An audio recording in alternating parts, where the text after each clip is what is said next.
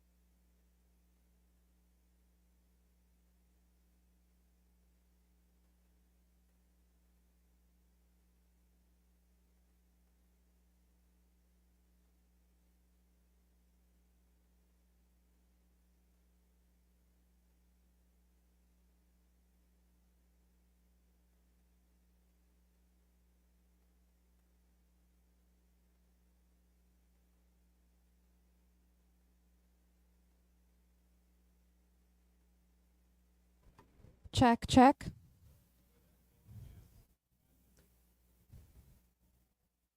Check.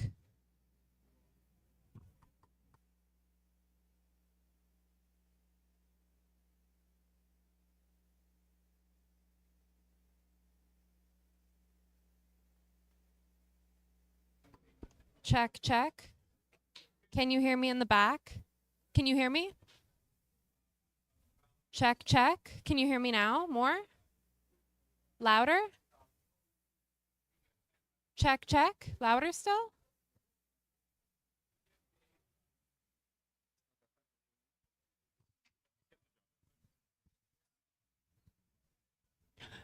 I feel like you can kind of hear. Oh, that's good. I feel like it feels good from here. Where I was before, it felt kind of noisy. I felt like people were talking in the background, so it wasn't very easy to hear. But I could hear. What do you think? Testing, testing. Check one, two. What do we think? Louder, slower?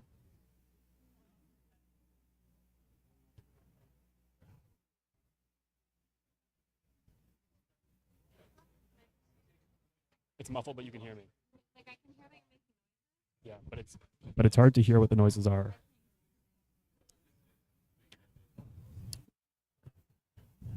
Check three. Maybe if I can talk more articulately, but still it feels somewhat muted.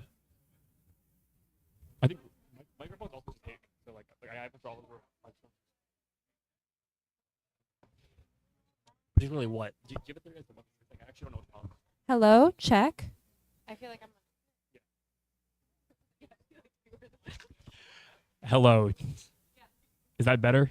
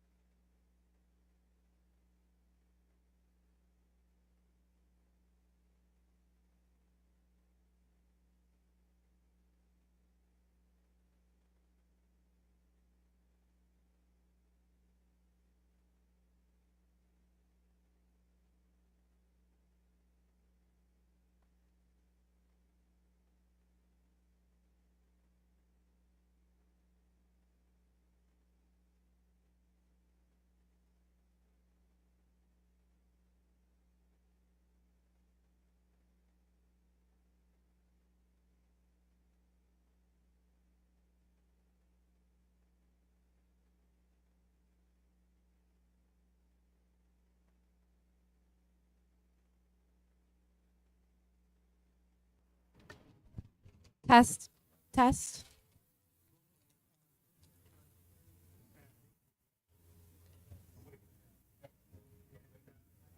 Test.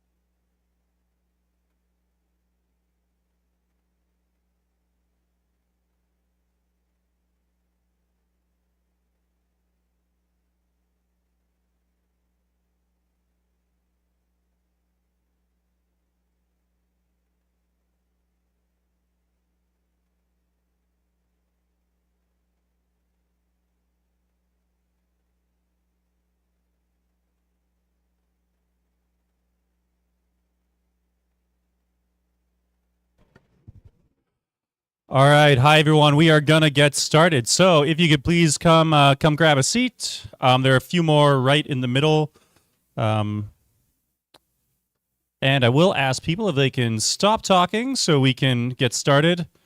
And if you keep talking, I'm gonna say your name. Oh, that worked. All right, cool. All right. So I'm very excited to have everyone with us today. If it's your first time at Trajectory Labs, please raise your hand. Cool. Welcome. Thanks so much for coming. If you need to go to the washrooms, straight outside the glass doors. If you need to get back in, there is a PIN code written above the keypad on the right-hand side of the door. Just follow the signage. Also, we're going to be trying something new with this event.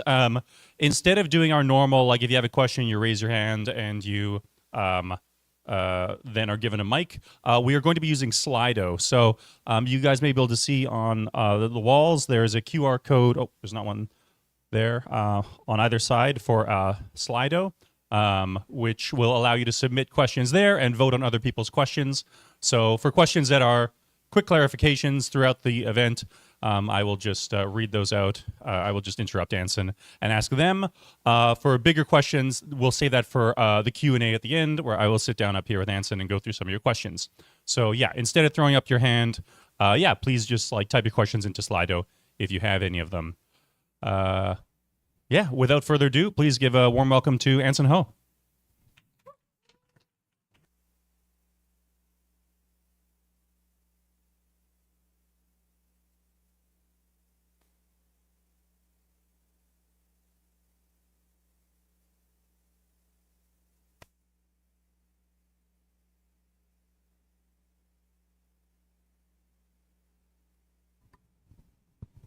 Test. Okay.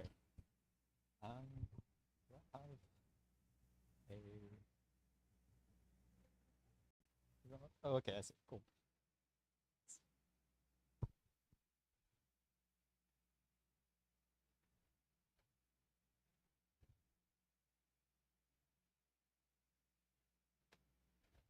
Okay, cool.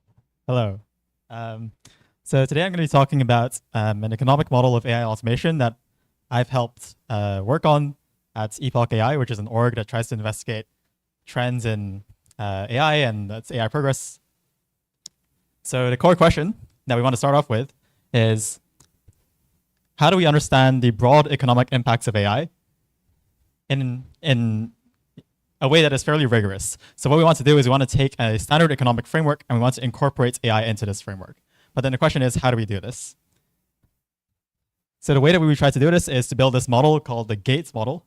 And the goal of this presentation is to really try to tell you how this model works, some of the predictions of this model, and some lessons that we've learned from it. And just as a brief preview of what we're going to see later on, we can see these kinds of graphs here, where on the bottom left, you have gross world product over time.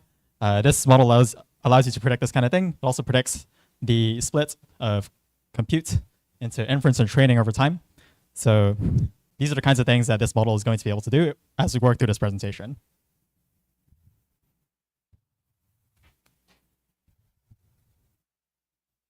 Okay, I think there's a problem with the clicker or pointer.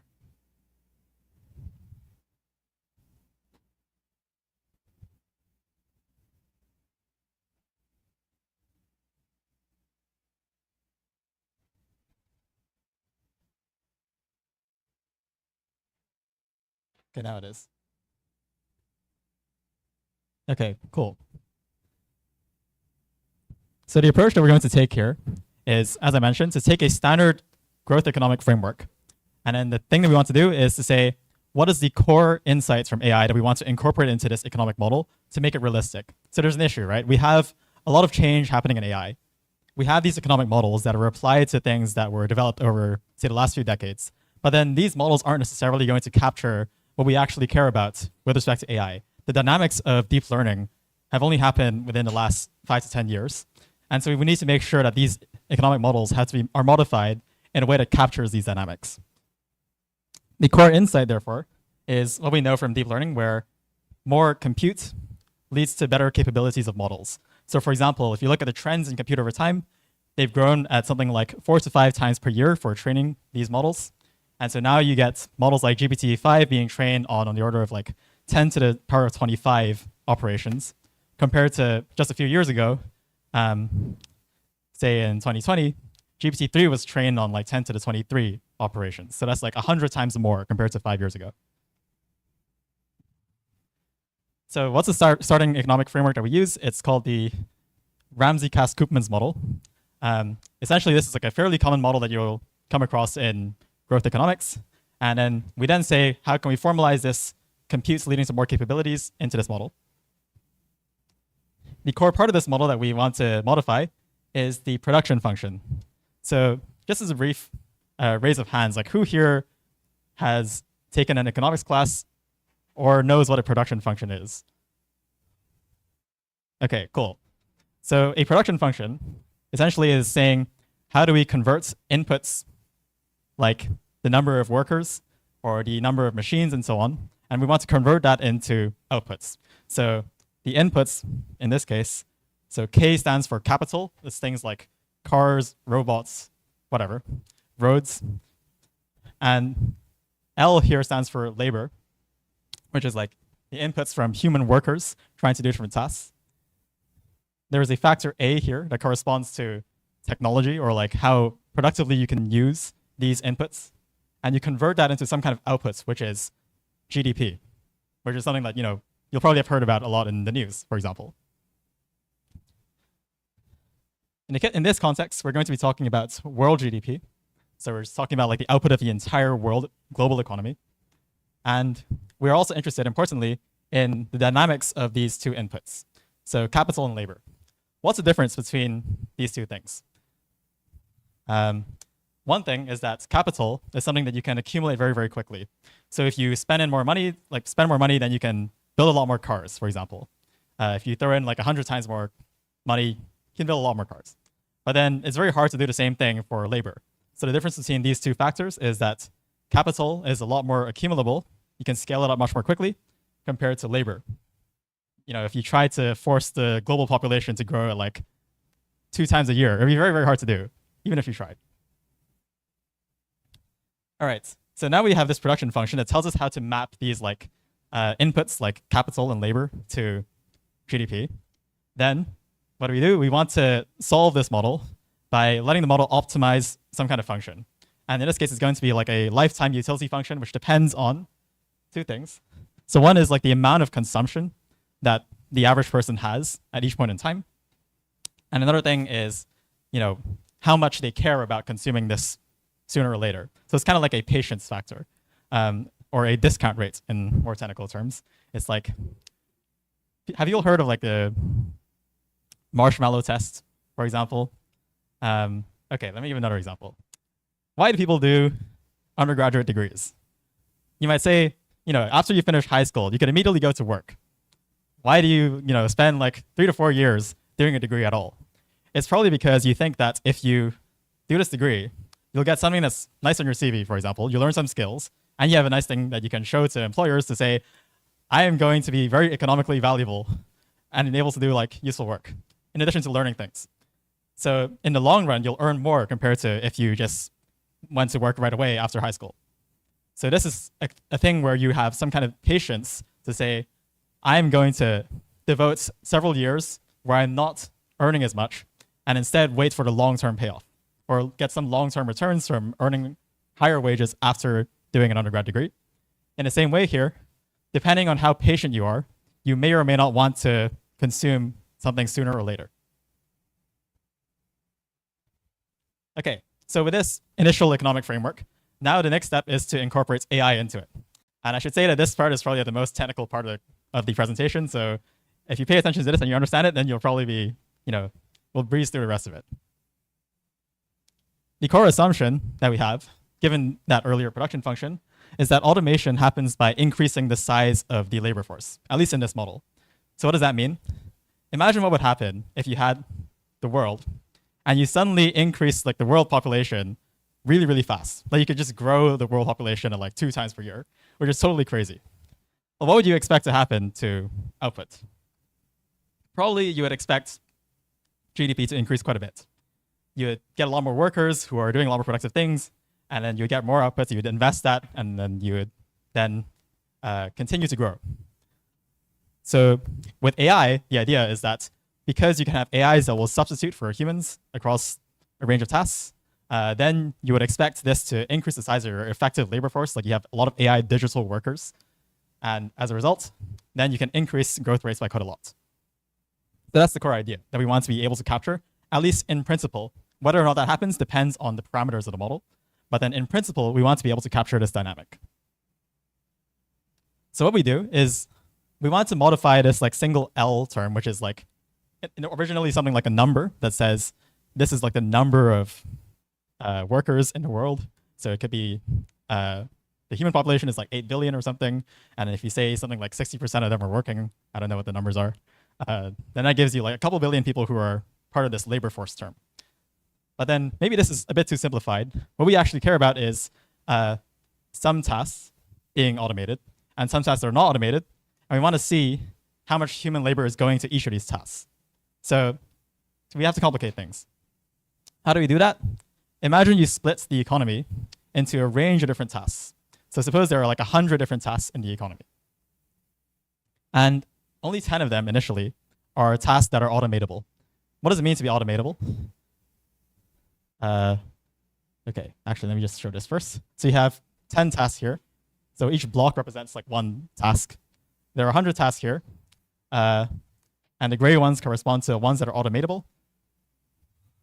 What does that mean? Essentially, if a task is automatable, we're saying that you can do it either with a human doing that task, or equivalently, you could have an AI running that task.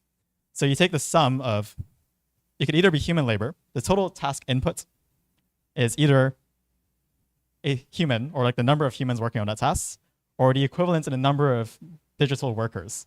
So the number of digital workers corresponds to like the amount of compute that you have running on that task divided by the cost for running on that task. Does that make sense to people? Okay, cool. So that's one case. If it's automatable, then it's like these two cases are basically equivalent. Like you could have like a human do it or the AI do it, it doesn't matter. So the total inputs would then be the sum of the human and the AI inputs. We have one question, Anson. Could you clarify what alpha represents in the equation? Yes, thank you. So alpha represents it's a constant. So it just tells you like if you increase capital by like 10 times and alpha is like 0.3, for example, then it just means that the output changes by 2, roughly. So it's like these are constants that determine how much the output changes if you increase the inputs. Did that make sense? Yes, did you get the clarification? Yep.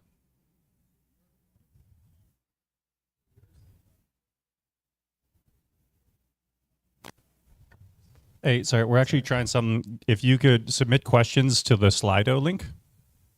Are you able to do that? Yeah, using, just because there are people watching online and they can't hear the questions. So if you want to submit a question, just do it through the QR code on the wall, and then we can ask. Thank you. Okay. So these are the task inputs if the task is automatable. If the task is not automatable, then the only inputs that you can have is human labor. So it's not going to be a sum of human labor and the computes that you use for inference to run these models divided by like the cost of that. Okay. So now, given these like different tasks, we want to figure out what the total like effective like amount of labor is, right? So how do we do that? Essentially, the core idea behind this is that we have to say that these tasks are complementary to each other. What does that mean? Importantly, it means that like the task that has like the least inputs on it is a bottleneck to the total amount of labor that you have. Here's an example of this. Instead of labor, consider goods. So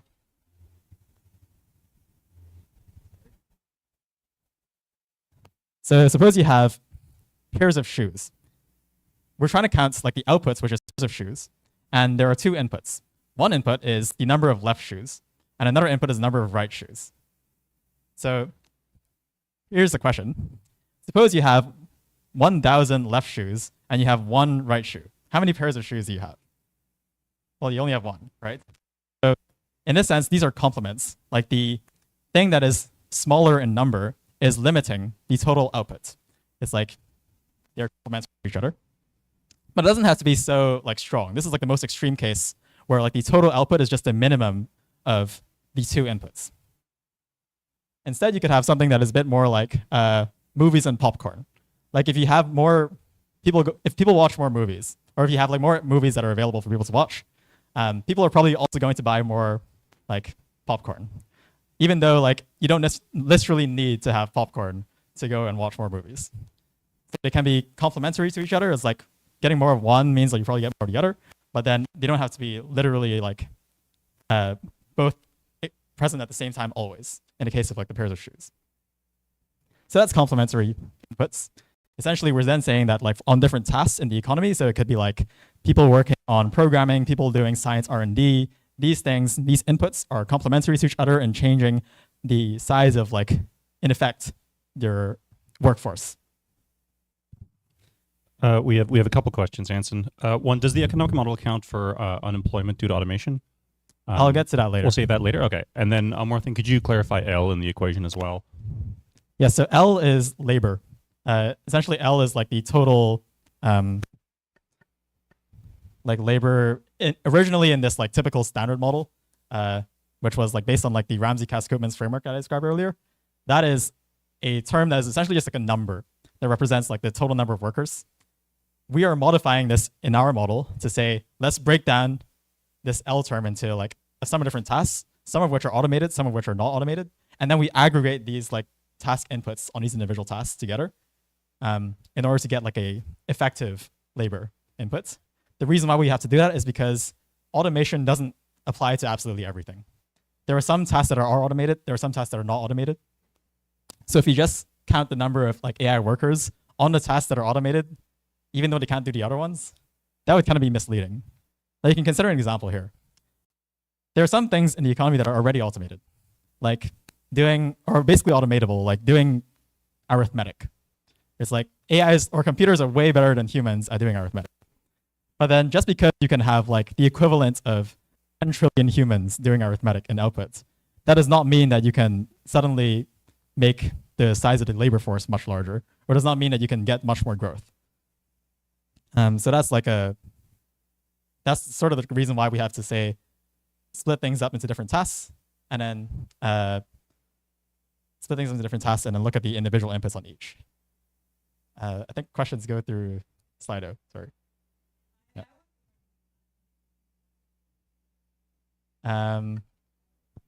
So yeah, I think if there's going to be extended back and forths, then we can save them for Q&A.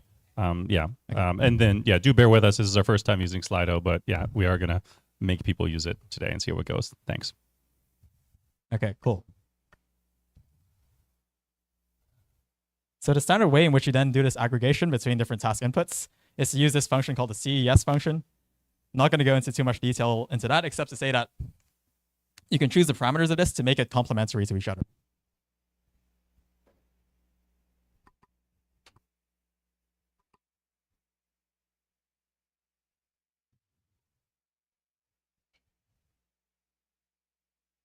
No worries. Okay. All right, so we have two dimensions of automation. The first is to increase the fraction of tasks that you're automating. So AIs are being able to do more and more tasks. And the other dimension of automation is that you get more AIs doing the tasks that they can already automate. Cool. So we're now past like the most technical part of the presentation, and now we can get into like really how the whole thing fits together. So given that there are these two things that we need to, like two dimensions along which automation can happen, we need to specify a bunch of things. So the first thing is, how do you increase like the number, like the fraction of automatable tasks? Like we know, we have the intuition that as AI gets better, we're going to be able to do more and more tasks. Like in the past, maybe like the best AI systems could only write like a couple of lines of English. Over time, they're able to do some kinds of like software engineering. And over time, we should expect them to get even better, and maybe they'll be able to automate like full jobs, for example. So how does that happen in the model? The next thing you need to specify is like, how do you increase the amount of compute which is necessary for trying to run these like AI workers? Like if we look back at the equation earlier on, the inputs for the automated tasks are human labor plus compute divided by the cost of it running on that task, right? So you need to increase compute somehow. And we need to say, how do you do that? In practice, in the world, we know that this happens by getting more chips, building better chips, and so on. But then we need to specify this mathematically. This compute can be broken down into two parts, as we know from how deep works. So you can train better AIs, or you can also run AIs, which is like inference compute. So these are two terms I'll be using. Training compute, again, building better AIs.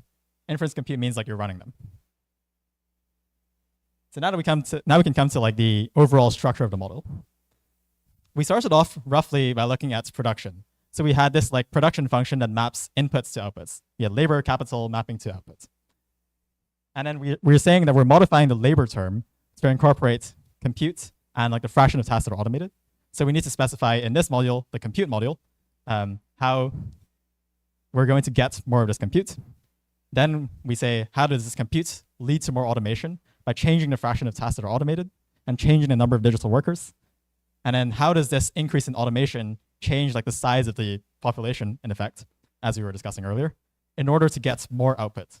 And this goes in a cycle. You get more production, which you invest in buying more, compute, which means more automation, which means you get more labor, which means you increase production again. And you just go in a cycle again and again. So the first part of this is, how do you increase effective compute? So effective compute is sort of like a new term that we're bringing in here. Really what this means is like there's physical compute operations that you do on chips when you're training AI systems, right? In order to, like I mentioned earlier on, that like GPT-4 was trained on the order of like 10 to the power of 25 operations. So these things actually happened on GPUs. But then over time, there's which we model this is to use a standard economic model called the Jones model, which captures like the relationship between R&D inputs and R&D outputs. So in this case, the R&D input is something like investment into hardware R&D. The R&D output is something like the efficiency of the chip. So it's like the number of operations that you can do at a certain price.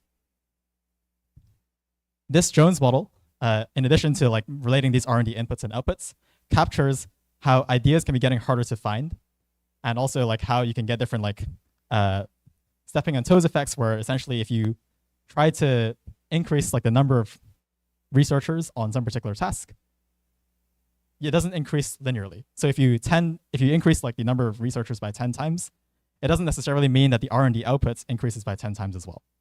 Instead, you'll get some kind of like parallelization bottleneck. So it could be like it'll increase 2 times instead of 10 times. So this model is like a standard model for modeling technological progress that does account for these kinds of effects. So this is the first thing, right? It's like we want to build better chips. The other way of trying to increase like the stock of physical compute is to instead buy more chips, which is, as we know, like a lot of AI labs are already doing this. For example, I think GPT-4 was trained on the order of like 10,000 like A100 chips, if I'm not wrong. Nowadays, we're using better chips, which are like H100s instead of A100s. And also, we're training them with around 10 times more chips. Grok 4 was trained on the order of, I think, like 200,000 H100 chips. So that's like, we've increased things by roughly 10 times in the last few years, or the last 2 years, in fact. That said, in this model, we want to account for the possibility of like costs increasing a ton if you try to buy a lot of chips in a very, very short time period. So imagine like you're OpenAI and you just wanted to like say, okay, let's try to build AGI straight away. Let's try to get as many chips as we want, like as fast as possible. Well, it's really hard to do this because, in order, people often talk about Moore's law ending. It's like, how many on these computer chips, you have individual like switches that correspond to like something like logic gates. These things are getting smaller and smaller over time, or getting closer and closer over time. And what is the smallest, like, how small can you make these before you get some kinds of effects like thermal noise or quantum tunneling that prevent these chips from working well? These kinds of things will matter. And so you need to have some kind of like an estimate of like how far are we from this limit? Once you get close to this limit, then how much harder is it to do AI R&D? Because you can imagine, as you get very, very close to these fundamental limits, then the efficiency of your R&D investment is going to decrease. Like no matter how much R&D effort you put in, you're going to be bottlenecked because it's just like the returns are so low. You're basically already at the limit. The other aspect of this is how much computation can you do in a single year. So we have this like model in our heads from deep learning where if you do more computation, then you're going to get better AI systems. But then you can't scale this up arbitrarily far, right? If you did like, 10 to the power of 40. So that's like almost like GPT squared. Not quite, but like, GPT-4 squared. That's like a crazy amount of compute. Actually, GPT-4 squared is probably like 10 orders of magnitude higher than this. That was a terrible example. But that's just like an insane amount of compute that you would have to do. And if you did that on the Earth in a single year, there would be so much heating on the Earth that it would be unsustainable. So we also need to incorporate some kinds of caps on like the amount of computation that you can do in a year. Just because like doing computations and releases a lot of heat. Like if you run GPUs, maybe you'll have experienced this yourself, or maybe when you're just running your computer, sometimes your computer just heats up. And that's because there is, for the current kinds of computers that you have, they release heat when you're doing operations. So these are other kinds of limits that we incorporate to deal with some kinds of like edge cases in the model. The final result is then we have like combining hardware R&D and like so better chips and more chips, then we get like a total amount of like physical compute that we can do in actual chips each year. The next thing is we want to incorporate software, as I mentioned. Like software means that you can do more with the same amount of physical compute. So you get effective compute instead. So for example, you could have better training algorithms that mean that you're able to train like a model with less, or you can use the same amount of compute to train a better model. There is an actual example that we can see from recent times, in fact, where both GPT-4 and GPT OSS 20 billion. So GPT-4 was like a notable model that was like, related to like the ChatGPT moments, like back in 2023. GPT OSS 20 billion is like a new open source model that's OpenAI released like maybe like a month or two ago. I'm not sure. And they were trained on basically the same amount of compute, but then GPT OSS 20B, these names are terrible. GPT OSS 20B does much better on different kinds of benchmarks. So for example, common benchmarks, MMLU and GPQA Diamond. So I'll give an example. GPQA Diamond is a multiple choice science benchmark that involves roughly PhD level science questions.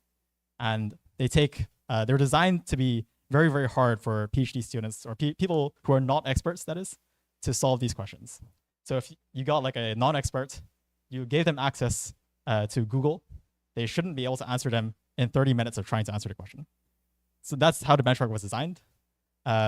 And if you just compare the performance of GPT-4, which is like on GPQ Diamond, like these two bars, GPT-4 gets less than 40%, and GPT OSS 20 billion gets closer to like 75%, just eyeballing this. So that's why we need to account for a software either building better AIs or running more AIs, right? So that helps you with automating new tasks, like a wider range of tasks, because you're able to build better AIs.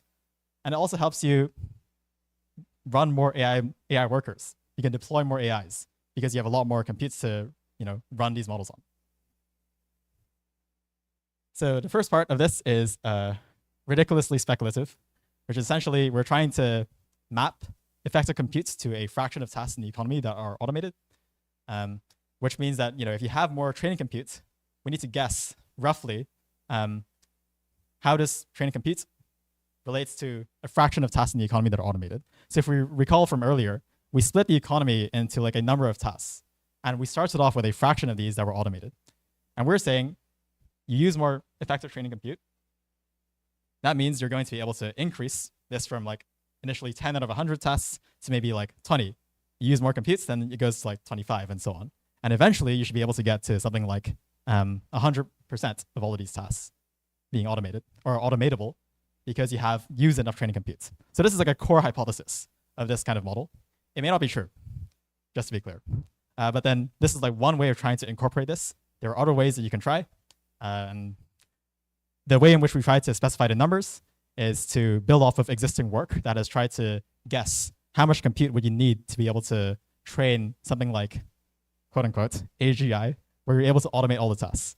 So the way in which like this work did this previously was essentially to look at how much compute was done in neurons across the entire history of evolution. So it's called like the bioanchors report.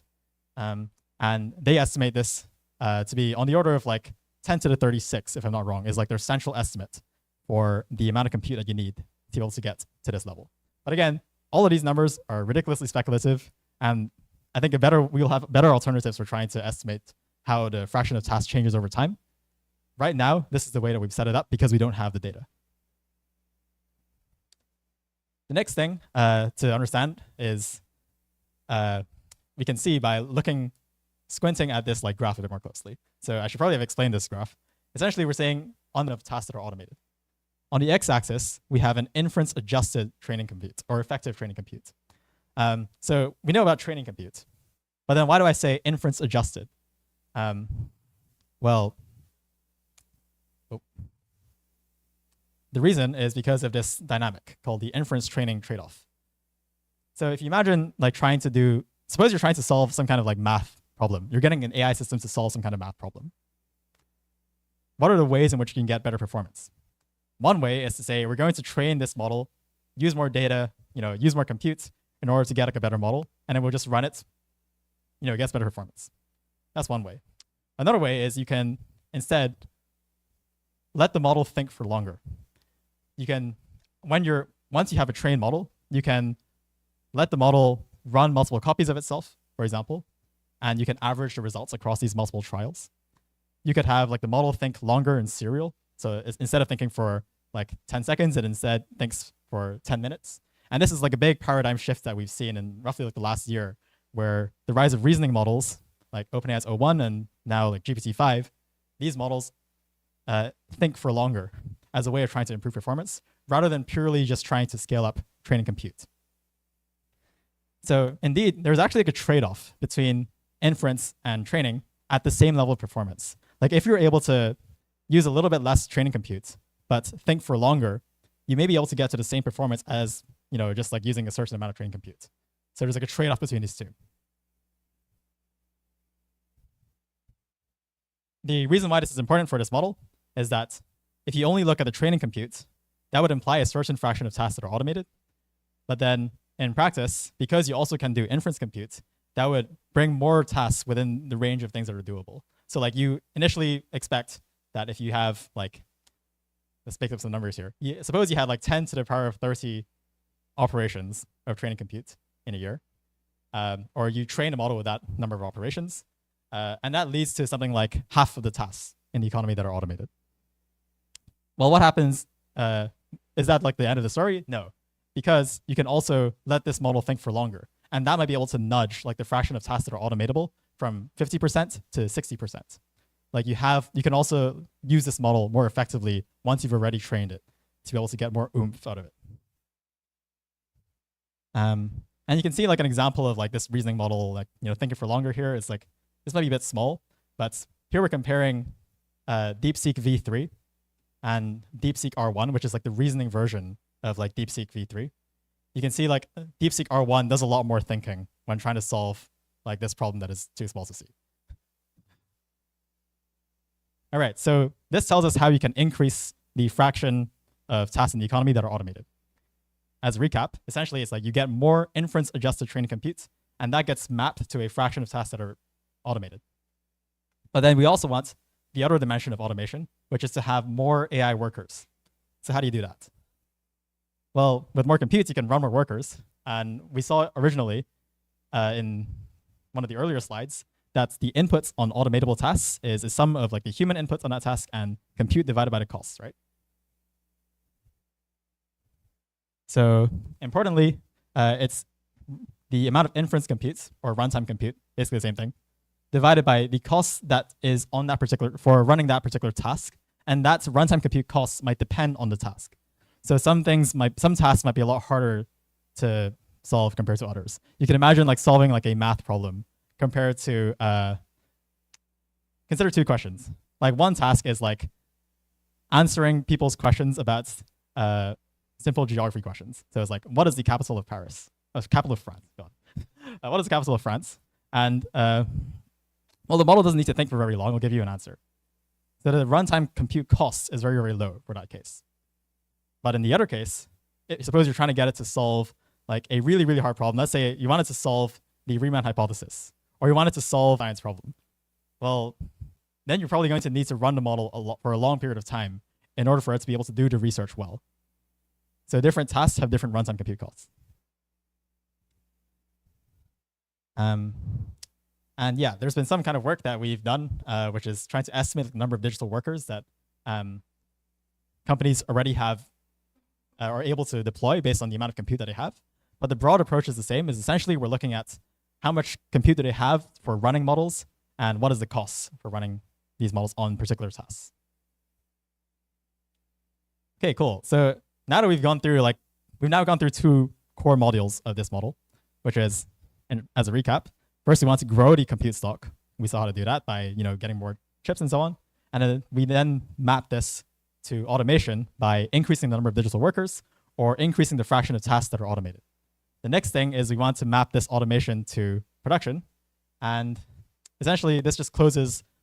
We go back to where we started off, where we had the production function, which had like capital and labor in it. The thing we modified was the labor term, and we know that labor term depends on the compute, the fraction of tasks automated, and the runtime compute costs. We've now figured out all of these things, so we've completed the loop. Essentially, you're putting these things together, you're increasing the size of the labor stock, and that should lead to more output. Okay, so that completes the model. And one more aspect of this, besides like the theoretical parts of the model, is where do the numbers come from? So probably only discuss very briefly, but essentially the parameters of this model are often quite novel and require new empirical work to be done to be able to ground the predictions of the model. So examples. I mentioned earlier on that there's some kind of technological limit to how good of a chip you can build. So there's some kind of limit to like the hardware efficiency of the chip. And well, how do we know what that limit is? People have tried to make some kinds of estimates based on like Moore's law, or like as to when Moore's law is going to end, for example. But it's quite hard to know, so you had to like come up with essentially just like new approaches to trying to estimate this. And so this is like new work that we've done as a way of trying to close off the model, put some numbers in, and see what happens. Of course, I should say, before we get to the results, that the estimates of this model are going to be very, very idealized, because we're considering a setup where there's like a very clean single utility function that the world is handily optimizing. We're considering a situation where we are ignoring a lot of like the bottlenecks of releasing these AI systems into the economy. But then I think these are things that we have kind of neglected temporarily because it makes the model much more complicated to work with. But then we still think we can get a lot of insight while considering these simplifications. Okay, so the first big result of this model, if you try to run it, is that you can get explosive economic growth. So what do I mean by that? Consider gross world product. Currently, what is that growing at? Like the rate of economic growth is on the order of 2 to 3% in frontier economies. What this model predicts is that you can get something that's around 10 times faster than that. So it's equivalent to like before and after the Industrial Revolution. Like before the Industrial Revolution, the growth rates of frontier economies are probably closer to like 0.2% or 0.3%. And they accelerated around tenfold during the period or like after the Industrial Revolution. And if you're able to increase like the size of the workforce by having a lot more AI systems that are running and on all of the tasks that you can automate, then that could potentially lead to a huge amount of economic growth and acceleration in economic growth in particular. So this model, however idealized, leads to pretty big predictions of growth rates in a pretty wide range of scenarios. But of course, it depends on the particular parameters that you choose. Just to explain this graph a bit here, like we have gross world products on the y-axis, and on the x-axis, you have the year. We have different trajectories for like the growth rates. So I think this is like 100% per year. This is like 30% per year. And the path that is followed by or predicted by the gate model is closer to this 30% per year average growth rate. So it's very, very fast. That said, the predictions of this are pretty unrealistic numerically if you focus on like the literal immediate short-term predictions. Because for example, it predicts something like greater than 10% gross world product growth in 2026, which I think is just totally wrong. Right now, like growth rates are, similar to like the numbers I gave earlier. It's probably more like 2% per year. So the reason why you get this kind of like major discrepancy between the predictions of the model and what you observe in the real world is because of some of the assumptions of the model. It assumes that you are optimally allocating all of the investments in the world. You can gather all of this as like a social planner for the entire world, for the world economy, and you can allocate all of that money however you want into just buying more computes and buying more chips. It ignores a lot of the complexities of the economy. So that's like one thing that would be, and that's one way in which it is unrealistic, at least in the short term. However, I think this kind of model, the structure of this kind of model is more realistic if you think in the longer run. So the qualitative takeaway should be that you can actually get pretty big accelerations in economic growth given this structure of model, which is a very standard model. So if you are able to get this dynamic of being able to increase the size of the labor force a ton, there is a decent chance that you can get like a pretty big acceleration in economic growth. And you should probably focus less on the exact numbers. Part of the reason why we get this like really, really big acceleration in growth is also because like you get a huge amount of investment, as I kind of alluded to earlier. And importantly, this investment can precede a lot of the value that is generated from AI. So here we have this graph that shows like AI investment versus and the value that is generated by the AI systems. So there are, on the y-axis, you have like the fraction of gross world product. And on the x-axis, you have the year. So this blue line corresponds to the amount of like AI investment. So it's going into like buying more chips, doing AI R&D, so like software and hardware R&D, as I alluded to earlier. And this other line corresponds to like the value that is generated. So like what proportion of this output like is, due to like AI in particular. And you can see here initially that like we're investing something like 20% of like, it's so valuable to try to increase the amount of automation, at least under the predictions of this model, sort of outputs that is like, the value that is generated by AI is like super low. It is still worth investing like a huge amount so that you can bring these, you can get this value later on in the future. So this, again, of course, depends on like how patient you are, as we discussed at the beginning of the presentation. But it's an important dynamic that you can see right now. Like people often discuss like, oh, doesn't really make sense for a company like, for AI companies to try to spend huge amounts on trying to build out giant data centers? Aren't they just losing a ton of money? Well, maybe they are losing money in the short term, but potentially if they really believe that you can get to AGI as they claim, whether or not that's true is a separate question. But if they really believe that, then it does actually make a lot of sense for them potentially to try to invest a huge amount in advance, even if they're losing in the short term. So the next part of this is probably one of the more controversial parts. Essentially, it's talking about like what happens to human wages as you get towards full automation. And this builds on like the structure of how we've built like modified the labor term to account for different kinds of automation. So what happens here is that if you look at the wage, or like marginal product of human labor, on the y-axis and on the x-axis you have like the year or just time. What happens is that the wage goes from relatively low and it increases quite a lot. And then once you get to full automation, or shortly after it, it just like decreases dramatically. The reason for that is like, you have like lots of AIs that you can massively scale up the AI workforce. And these AI systems are able to, under the assumptions of the model, replace humans in pretty much all of these tasks. That may be false. But if that is true, then, it's just cheaper to let like the AIs do that task compared to having the humans do that task. So just use the AIs. And the marginal value that is brought by humans is going to be much lower. So you're going to be wanting to pay them less. So your wage just falls dramatically. But then you might say, okay, cool, it goes to zero. But then why does it increase in the interim? Like why does the wage increase as we're getting closer and closer to AGI before suddenly dropping? Why doesn't it just like go down? Well, the reason for that is going back to this discussion of complementary inputs that we saw earlier on. That's why it's kind of important to emphasize that. If you have something like, suppose you want to get a lot of outputs. Remember that like the inputs, because these things are complementary to each other, the thing that is limiting, the task that has the least input, is going to be the bottleneck. And so the marginal value, the marginal increase in output from getting more of that task is going to be very, very high. So you're going to want to pay people a lot to do more of that task. Consider a maybe like a dumb example. Suppose like the AIs automate all of like the software tasks or like remote work tasks in the economy. Like suppose they can do all of like the thinking, like the coding and so on, and the remaining tasks are the ones that require physical labor.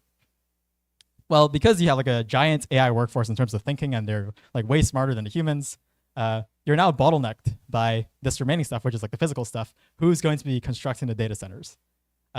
Before they finish like building like, you know, solving general purpose robotics or whatever, this is going to be bottleneck. And so it's like maybe you actually need to have, say, account for the particular kinds of robotic capital. Like you need to, it's not just compute, you need to think about how to build the particular components of a robot or something. Or you need to have like the infrastructure to be able to scale up the number of robots a ton. And that's just something that is ignored. So maybe you believe that. Or maybe you believe that there are a lot of regulations that get into the way. And, you know, even though AI brings a lot of value, you can imagine something like nuclear energy. Some people have this view that nuclear energy is something that could potentially bring a lot of value.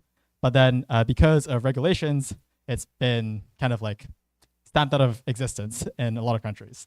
So depending on your views, you might think that this is quite unlikely. You might think of other kinds of bottlenecks. So one thing that matters in terms of the amount of output that you get is how strong is the complementarity between different kinds of task inputs. So as I mentioned earlier, there are these different tasks. If in terms of complementarity, it'll be like the minimum. Kind of go back to like the left shoes and right shoes example. In that case, the complementarity was super strong, and the output was just like the minimum of the two inputs. It's like the number of pairs of shoes that you have. If you have like 1,000 left shoes and 1 right shoe, is just 1. It's the minimum of 1 in 1,000. So that's the strongest case of complementarity. And maybe like the estimates of the strength of the complementarity that we have are actually too weak. Maybe like we're using empirical estimates from some particular context in economics, but then maybe those numbers underestimate how strong they would be if you were to push things like to automating 80% of the economy. Like that is just like an unprecedented amount of like automation in like a very, very short period of time. So maybe the model is going to break down in that way. Another thing you could say is that the parameter estimates are too aggressive. So for example, we mentioned earlier that there was this map from the amount of computes for training these models adjusted for inference to the fraction of tasks that are automated. So this mapping from computes to fraction of tasks. Like, well, the way we did it was again to use this like paper called the BioAnkers report. But maybe that report gave estimates aggressive. Maybe like we should think that there is no number of computes that will actually, there is no amount of computes that will lead you to automating all of the tasks.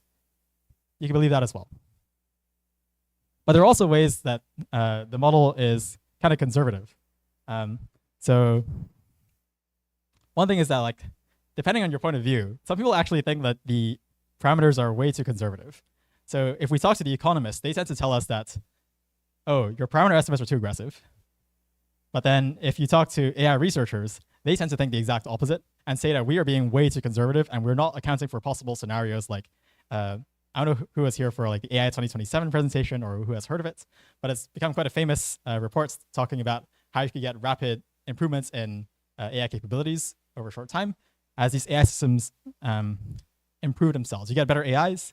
These AIs do some kind of self-improvements process where they help improve the algorithms for training future AIs, and you just get into like a really, really fast feedback loop. Another thing is that like relating to this feedback loop is that we're not treating AI R&D as like a particularly privileged part of the model. So you could imagine within these kinds of like AI 2027 scenarios where the core feedback loop is AIs building better AIs. But then we're not really emphasizing this nearly as strongly as this other kind of model is. Instead, we're kind of like treating the inputs to this AI R&D process as like a fraction of the total output of the world. And it's less like a fast feedback loop within just like the sector of AI. And there are many more different kinds of limitations. Like you can go on forever if you wanted to keep listing them. But then these are just like, this is just like a sample of like some of the bigger limitations of the model. However, I would say this is like a first stab at trying to build this kind of model. It's like try to incorporate compute into these kinds of economic models in the first place. So you can view the limitations as like one source of like a weakness to this model, but then you can also say it's like a good place to do future work. So you can extend like this economic framework to incorporate different dynamics. Like you can also try to investigate particular questions, particular dynamics that we saw. Like, you know, the model predicts investing a huge amount into AI to buying more chips and so on in the near term, which is unrealistic. But then given that like the structure of the model is actually like a standard thing that we were then modifying somewhat, what exactly is wrong with this particular framework that leads to this unrealistic prediction? That's a new question that we have to then study and say, okay, what is the particular thing that we need to modify to make it more realistic? And you could also say, how can we get better estimates of the core parameters that determine the dynamics of this model? And these things can matter hugely for just how you think AI progress is going to continue over the next few years. Like if you have the AI 2027 view again, then you think algorithmic progress, you know, AI is building better AIs is just like a huge part of this. And we need to get better estimates of how AI R&D inputs becomes better algorithms. So like how good are the returns to doing AI R&D?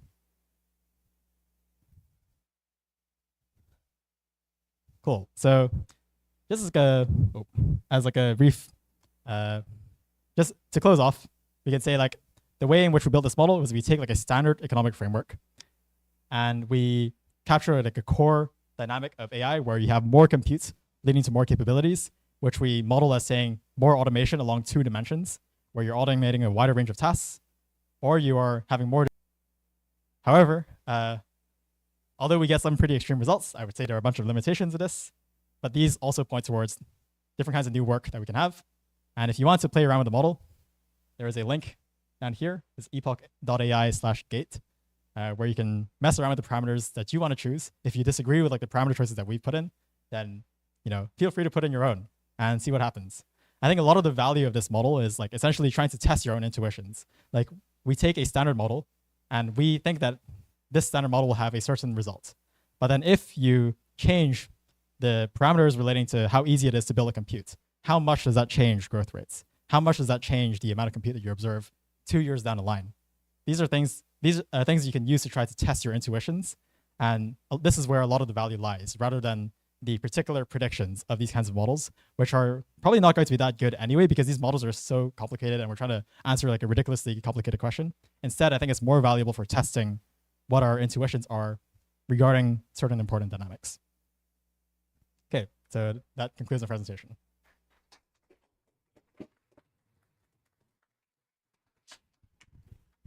Okay, in about 1 minute, we're going to start Q&A. So if you haven't already, try logging. I want to sit. Do you want to sit, Anson, on the stools? Sure.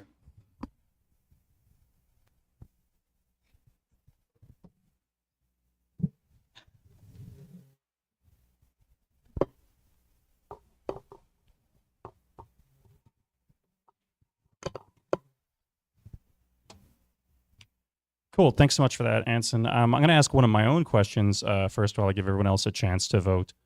Is anyone confused about how to get onto Slido? If so, raise your hand now. Okay, we made that clear. Cool. Yeah, so if it turns out that, like, let's say 50% of jobs are automatable, but there's like some sort of wall that we hit and we can't get AI to automate the other 50%, what would that, do you know off the top of your head what that would look like in terms of this model? What the output would look like? I think it depends a lot on like the particular numbers. One thing you can actually do is like actually just like put in those numbers into the website, where you set like the maximum automatable fraction. One thing that would change, for example, is that you wouldn't get this like massive drop off in the wage because you're not automating like the remaining bottlenecking tasks. So the humans will still be valuable in that task. That's one big way in which this would change. Another thing is that probably would be a lot harder for you to be able to get to these massive growth accelerations. I think you probably still would get like a pretty big growth acceleration because the model, like the utility function, how should I say this? Even automating 50% of tasks is a lot of value. And so you would still get like a pretty big increase in today's terms, or like relative to what typical economists would think today. But then you wouldn't get to like nearly the size, like the effect size that we observe in the full simulation with like full automation. So is that like only 10% GDP growth forever, or is it more like we get the 10% for like a few years and then it peters out? You haven't memorized all the outputs of the model yet? No. I would need to think about this. Like I Sure. would expect there to be like some increase, like several percentage points at least. Like 10% seems plausible to me. Okay. Cool. Let's dive into one of the ones from the audience. Thank you so much to everybody who submitted questions there. Yeah, could you talk a little bit more in detail about some of the parameter estimations? Yeah, so I should say that this model has something like 60 parameters, if I'm not wrong. So it's like really, really ridiculously complicated. I would think the parameters to pay the most attention to are probably the amount of computes that you need to train a model that is able to automate all the tasks. So this is like what we call the AGI training requirements. This is like, I guess I probably shouldn't have mentioned this one because I already alluded to it earlier, but we use this other reports like called the biorankers reports to try to estimate this. Another important parameter here is the returns to software R&D.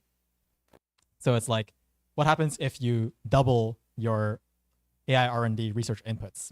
So like you scale up like your spending on doing AI experiments and so on and trying to build better algorithms.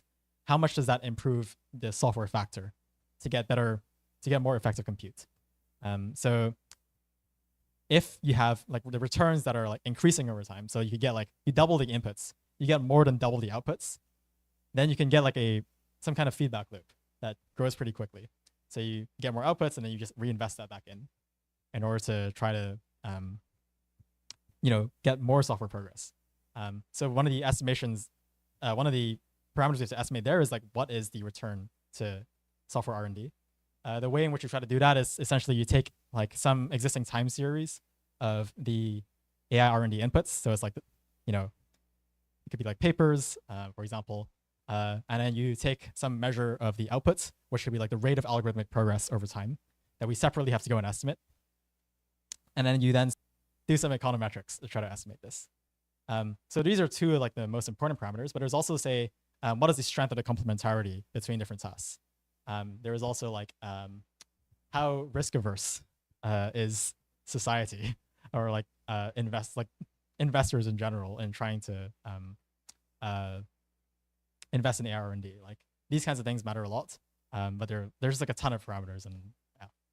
Okay, and then just to give us an idea of the range, like could you talk about, are there some parameters that you're like, oh, these are pretty simple, we're very confident to them, and these are some that you're like have the biggest question marks above them? So the two that I mentioned are really, really big question marks and matter like a ton, which is probably why like I mentioned them the most. The ones that matter less in different ways. So one of the ways in which they can matter less is, or matter not that much, is if they only matter in certain scenarios. So they can matter a ton in certain scenarios, but not much in other scenarios. That's one kind of like not mattering that much. Another kind of not mattering that much is just not mattering in pretty much any scenario. In which case, like I guess you could ask one question, which is like, why incorporate that into the model at all? But then sometimes it's like just like a core part of these standard economic frameworks that's just hard to remove. So what are examples of each?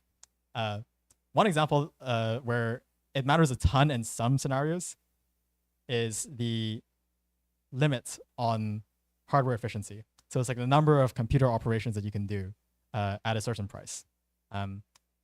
This matters the most when you believe that the amount of compute you need to train to get to AGI is ridiculously high. In which case, then the amount of physical flop that you have, the physical compute that you have in the world becomes more of a binding constraint. Whereas if you are in a world where like, you think that's, you only need like 10 to the 30 operations to train AGI, then you're not going to hit these physical bottlenecks at all. These kinds of limits aren't going to matter as much. So the physical limits are one of these like things that matter a ton in some scenarios, but not much in others. A case where like it doesn't matter much at all is like, what is the initial value of the, well, maybe it does matter somewhat, but like, what is the initial value of the gross world product? is like something that doesn't matter that much because like we kind of already know what this is. You just look at like the World Bank, like what did they put in, and like you could change that by like 5 times and wouldn't make much of a difference. Yeah, but if we're starting with the world's economy being 90% the size it is now, yeah, it doesn't make a huge difference. That makes sense. Okay, so like zooming out a bit and thinking more like, okay, so a lot of people, including myself here, are probably new to just like thinking about economic models in general. And you know, when near the end of your presentation, you talk about like, oh yeah, and so obviously this model is wrong because it's predicting like, you know, we should be spending 25% of gross world product in this. So two questions about that. Like one, like, do you know of any other models that are actually you think do a pretty good job of like arriving at kind of more realistic answers? And I'll wait. Not one that incorporates AI. I think like this is probably like one of the earliest steps at actually incorporating like AI into like an economic model. There are some models that I think are wrong in other ways. So like there's a pretty big like literature on AI and economics, but then how do you think about AI is kind of different. So it could be like the way in which we thought about AI was to say that it can substitute for human labor. It's like we're changing L in the equation. It's like you can substitute for the humans on this task and you can massively increase the number of workers, the size of the workforce a ton. And that is what leads to more growth. But you could also think of AI automation as like, oh, we're just going to increase the amount of capital. Or like you could say, oh, we're just going to increase like technological progress in general. But then it's not like a particularly privileged thing that will just like replace, like substitute for humans on all these tasks. Like you can think of automation in different ways. And people have historically focused less on like this particular framing that we've taken, like first of all. And second of all, like they have not really made like this guess of like, how do we map compute to a fraction of tasks that are automated? These are like two big differences that make it hard to like directly compare like, oh, this is like a thing that makes better predictions in this particular thing. Like otherwise, if we're just saying like, okay, if you want to make like a good prediction in like the short term, probably the best way to do it, I would say, is just to like just extrapolate the existing trend and like not use like a complicated economic model for that. So, like, Yeah, the but models are probably more useful for like understanding a dynamic. Yeah, but then the problem with that, I guess, is that you're assuming AI is not going to have a huge impact, like from the get-go, right? To some extent, I would say like as you are getting more and more automation, you would see the trend change and you would be able to extrapolate that. Which is like, you know, people are trying to do this for like the fraction of tasks that are getting automated, for example. Like the Meter, there's this work by Meter that tries to analyze the length of tasks that AI systems are able to do over time. This is like one kind of thing that you could use to build on top of. And in the future, you could probably do a similar analysis by looking at what is the actual fraction of tasks that are getting automated by looking at a typical economics database. You just observe what is the trend over time and you can extrapolate that. And I think that would actually be pretty informative. And the moment it's not, but once you get to like the part of the sigmoid where it's growing, then it becomes better for extrapolation. Yeah. I think one analogy that helps me in this is thinking about like the development of like solar power. Like, you know, 20 years ago, people were looking at trends of like, oh, there's like exponential growth in like the amount of like electricity you can get from solar panels. And it was still such a tiny percentage. It was having like no impact on the global scale. But if you extrapolate it out, you know, 15, 20 years later now, it's like actually having a meaningful impact. Okay, cool. There were some questions as well about, we had one about like workers like secretly using AI to like automate their work without kind of telling people they're doing that. And I think a similar question I had, I think has to do with a lot of the automation isn't automating an entire job away. So, you know, for example, when you were explaining, you know, the value I, you're kind of saying, well, imagine we have like 35% of jobs. And now that's not really how it shows up in the real world, right? More realistically, it's like 80% of my work has been automated, or like 10% of it has been automated. I'm guessing that you guys have thought about this and that's still, that the model still works in the same way. Is that correct? Or is that like a weakness that needs to be adjusted? Yeah, so there's a reason why we chose the word or the phrasing 10% of tasks, or the fraction of tasks automated, rather than the fraction of jobs automated. That's because, like, you know, as you say, like there's like a bundle of tasks in a particular job, and as you automate, to get more automation, you're not necessarily going to happen to automate jobs first, and like that job like may not correspond very well with tasks. So you could get more task automation without necessarily like automating a full job. So this model does not really. Good catch. Like the model doesn't say much about what exactly these tasks are going to be. and it doesn't say anything about jobs in particular, but it does say stuff about like tasks. So we're essentially just like abstracting away from that question. We don't really know. We don't have much to say about it. Okay, but it's not like it's not a limiting factor regarding it. Okay, yeah, I wanted to ask as well about you talked a little bit about areas where the model might be too aggressive, and one of the things is diffusion bottlenecks. So this is like this seems connected to a question about like what types of tech might be really, really relevant to be developed to make more tasks automatable, and that seems connected to things like diffusion bottlenecks regarding robotics and stuff. Do you have much of a personal opinion on like how much of a constraint you expect that to be? In robotics in particular, or yeah, or like you can generalize out to like okay, so there like you, in your presentation you described like 3 different possible reasons why the model might be too aggressive, and like 2 of them were diffusion bottlenecks and well, I guess you said like other bottlenecks. But let's talk about diffusion bottlenecks. So yeah, like the in the brackets you had like robotics and regulations. So let's talk about robotics for a second. Like do you like I mean, let me know if this is getting out of scope of your talk, but like yeah, like what kinds of yeah, can you elaborate on like what kinds of tech you expect to be like really limiting factors there? I'm not sure I would frame this as like what kinds of tech, but I would think maybe okay, it could be like some of it is what kinds of tech. Another part of it is like how much tech are you able to build at scale? So you need to have like a lot of data centers, for example, to be able to build out the compute in order to train better robotic systems or like better AI systems more generally. And that requires a lot of building out energy infrastructure as well. Probably another aspect of this would be like building out environments on the data front for training these AI systems and getting like a good signal for improvement. So kind of like tech in some sense. There could be things besides like building environments. It could be like, we want these AI systems to be able to learn on the fly and be able to incorporate context from their real world interactions, from interacting with different humans. In order for that to work out well, probably you need the infrastructure to be able to collect this data. So like, if I'm interacting with this robot, I want the robot to be able to, record some of the conversations that we were having. For example, if we wanted to be able to reference that in like writing an email for me later on, I guess the robot wouldn't do that. But like an AI systems will be able to like do that. So we need to build out this kind of infrastructure if that's the kind of thing that we want. And I think it just goes like across the entire like stack of things in which like AI could potentially have an impact. Okay. Someone's asking if they can ask follow-up questions. Yeah, sure. Throw up your hand if you have a follow-up question for it. In the meantime, you mentioned before that like 25% recommendation for capital invest. It was for capital investments next year or gross world products invested into AI. Yeah. Okay.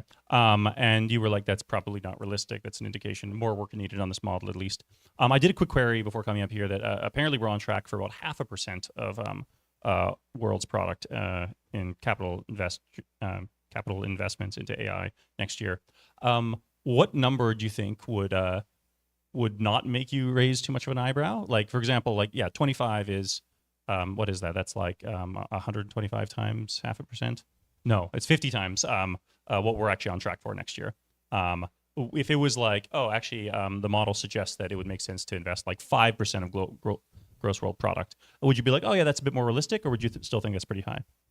I think I'd probably raise eyebrows. Like if it like had a good prediction, I would probably like raise eyebrows and think like, oh, I'm surprised that was actually kind of realistic.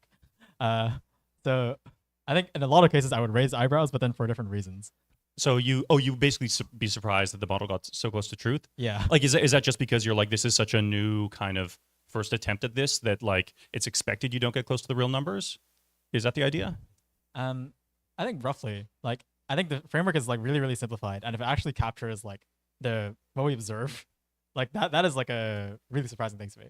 So you would almost be like suspicious that like, okay, if you saw someone else doing it and that's what happened, would you be suspicious that the kind of that's not the actual question there, but you're touching on a similar thing. Any comments on this? Yeah, so I think externalities are like an especially important thing here. But there are externalities in both directions. So one kind of externality is like the negative externalities. Like you can think there are big risks from AI development, and that's one of the reasons why you might expect, say, lower optimal investments into AI today. It's like, oh, maybe you think there is actually like a really, really big chance of a lot of people getting hurt because of really rapid AI development. That's like one kind of thing that may not be captured. You could have in a way that is like not internalized by market forces, for example. There are also like positive externalities, like maybe like individual labs building these AI systems in practice don't actually capture all of the value that they generate from building these AI systems. So maybe like there is like a case also for like investing more. So there are externalities in both directions. Which one you think dominates it? I don't know. It's like sort of a question you'll have to answer like independently. I don't really have like a super strong take. What if we run out of material and stuff on Earth? And yeah, in terms of like the stuff, I think it depends a lot on like what kind of stuff. A lot of like the stuff that people have like proposed, I'm generally like pretty skeptical that we're gonna like fully like run out of. Like, you know, what is a specific thing? It could be like maybe it's energy. Well, I think in order to like fully run out of energy to like support like the compute scales that we're talking about here, I think man, I wish I had the numbers off the top of my head. But I think like you would have like there's a lot of room in orders of magnitude. Like, Is it almost like we get such wacky, like crazy high economic growth that to actually run out of energy on Earth, like we'd be worried about other things? Like, well, okay, that, just like a number that I think is probably right, but I'll have to check, is suppose you wanted to do like a training compute run, like a training run that was like use as much energy as like current primary energy consumption, like in the world, is like suppose you're using like fossil fuels and so on. primary energy consumption being like all energy that people use on Earth. Like all like fossil fuels and stuff like that. Like how much compute would that require? It's something like 10 orders of magnitude higher than the amount of compute that was used to train GPT-4. So you need something that's like a billion times larger than GPT-4 10 would be billion. required. 10 billion, excuse me. Yeah. Big difference. Yeah. Okay. So basically it's a long way out. Yeah. So if it's energy, if it's like the literal constraints to like say computes, that is, you might think there are other kinds of bottlenecks in other domains. Like you could say like, oh, maybe there's some kinds of like mineral bottlenecks or something for like some kind of like chip build out. But in general, I think like if we're talking about something that has a really, really huge payoff, like you're getting like a huge amount of increase in growth that leads to much higher welfare across like a wide range of scenarios. Potentially, it could also be worse, right? As we mentioned.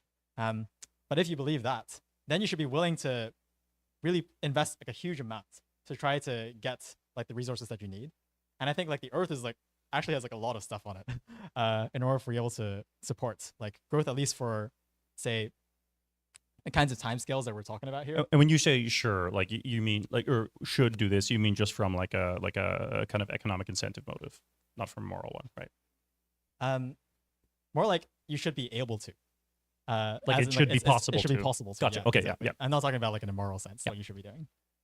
You gave a longer answer than I thought you were going to give. I would have just said maybe we'll be in outer space at that point, getting resources from there if we get so much economic growth. But your answer was good too. Yeah. Okay. All right. Cool. I think this is more like personal opinion question for Anson. Do you think all tasks are truly automatable in the long run? I think economically valuable tasks. I tend to think yes. Like I think also like maybe like in the sense that like I think it's probably not going to be enough to preclude massive accelerations in economic growth. Massive in the sense of like the size of the industrial revolution. It's like, you know, we had like a 10x increase in growth rates. I don't think like the bottleneck of some tasks not being automatable eventually is strong enough to preclude that. Although I do think like there are some So you things think there's that going to be enough stuff automatable? We'll get at least an industrial revolution level increase to the economic growth. Yeah, I think very plausibly. Like I wouldn't say like with absolute certainty, right? But like I think it's like I'm sufficiently certain about this that I think like you should have at least like a 10% chance that you could get like a 10x acceleration. We should take it seriously at growth least. rates. Yeah, by like end of the century or something. Yeah. Yeah, I guess if you didn't believe that, then probably this work would be a bit less valuable. Yeah. Yeah. Okay. I All agree. right. Yeah. I mean, think- even still though, like it goes back to like the 50% question. It's like you could still get like pretty big growth effects, or even if you don't get to like automating absolutely everything.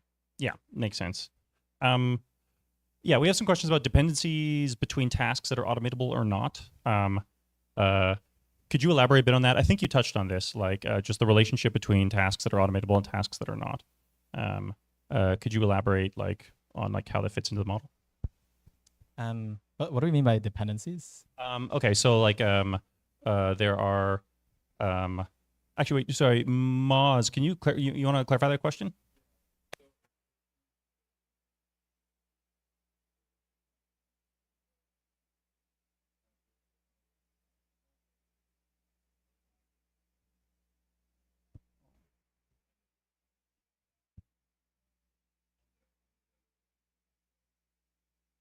So is this like, are there serial time bottlenecks and like one task is done, then you can do another task? Yeah, so we largely abstract away from serial time bottlenecks. This is like another one of the limitations. The ways in which it does somewhat come in are like, what is the adjustment cost depending on how fast you're rapidly scaling up like the chip production. But then for the particular task outputs, on say like doing AI R&D, we do not really incorporate that in. Cool. I think we're gonna call that Q&A. Thanks so much for coming, everybody. You're welcome to stick around, and yeah, enjoy, mingle, eat some more food. Thanks again. One more round of applause for Anson.